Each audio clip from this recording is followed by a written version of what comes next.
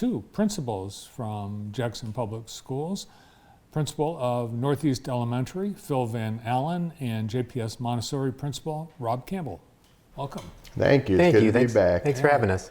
So what are the schools like today with the temperature approaching 70 and St. Patrick's Day? Kids are having fun. A reminder of no pinching if they're not wearing green. But it's been good. It's good to get them outside. Yeah, it's I think a combination of the holiday and the beautiful weather, everybody's in a good mood. Oh, yeah. Yep, is needed. So we've been celebrating the elementary schools of Jackson Public Schools the last couple of weeks. And families, they have a choice. There's some differences besides the location of the schools.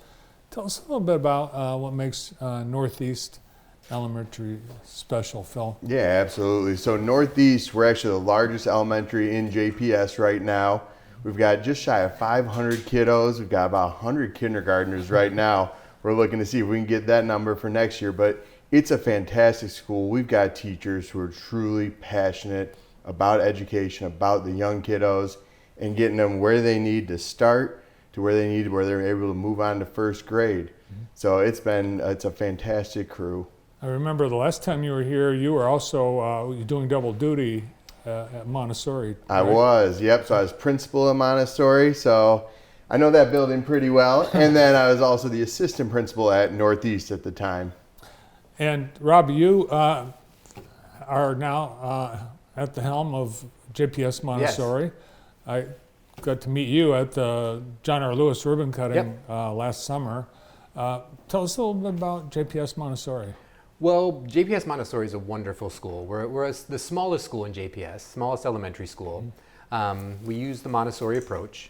It's a lot of hands-on, multi-sensory learning with Montessori materials and other activities. We have a very dedicated staff who are, believe in Montessori a great deal. We have a lot of one-on-one attention for students, which is, being a smaller school, that's a real advantage for us. All of us, I know every kid in the school by name, and I know a little bit about them, which is really wonderful. It gives us a good connection with our families. And we're a school that everybody chooses. We're not just a local school that like, oh, that's my school, that's where I go. All our families have come because they want to be there and want what we have to offer, and we're really proud of what we do. So people might be traveling a little further. Yes. Yeah, we have some that drive quite a ways to get to us. So we've got the largest and the smallest. Yep. And some families, that's part of their decision making, that they don't want to be in a big or a small school. Yeah, it is. Last time you were here talking about how you involve the families, you really include the parents in a lot of what's happening at the school. It's a big part of inviting them into the classrooms to come see. When we're looking at the roundup, having a tour of the building, come meet the teachers, come see what we have to offer. You look at Northeast with our collaboration rooms. It's something, those rooms are always booked out. Teachers love getting in there. They've got the whiteboard wall. Kids think it's the best thing they've ever done. They take that marker and they write on the wall, and they're not in trouble for doing it. They're supposed to. But just all the different things that we can offer at Northeast. We've got a Young Fives program as well. So it's the gift of time. So for kiddos who might need that extra year, they're coming in either younger, they're coming in, they're still got some extra learning to do with letters, numbers, sounds.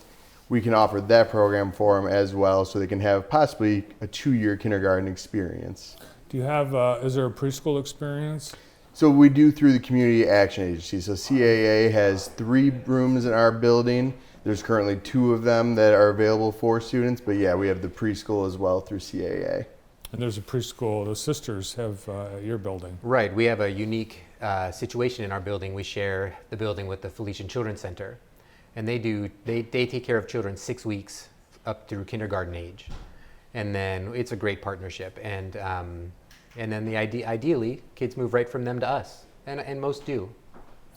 Well, we've got an opportunity for people to check out both schools. You've got an event, Kindergarten and Young Fives Roundup, and I think yours is first, Rob, on Wednesday, April 27th. 5 to 7 in the evening. Yep.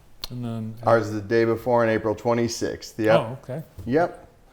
What's going to happen? Tell us about what families can expect when they show up. And I think you want them to come on time, right? Yeah, absolutely. So, yep, 5 to 7 o'clock, they'll be able to come in.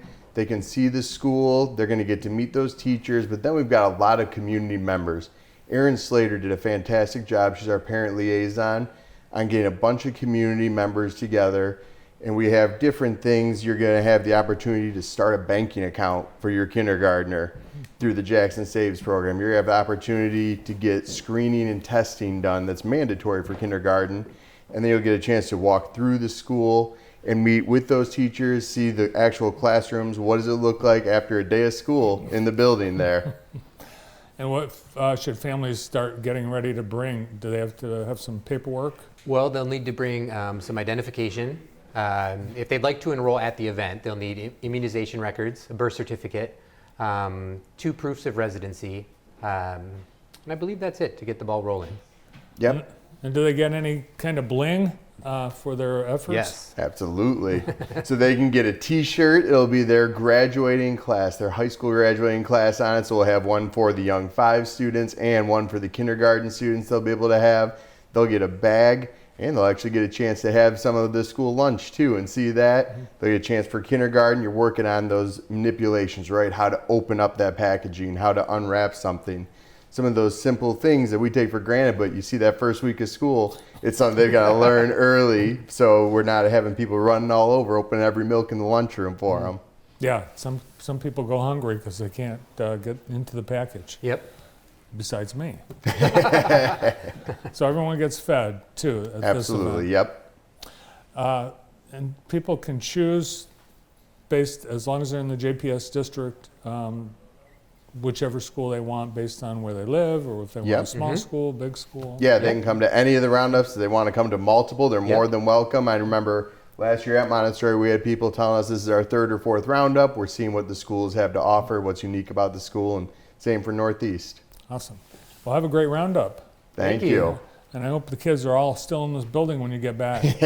Fingers crossed. Yeah, good team there, so we should be good.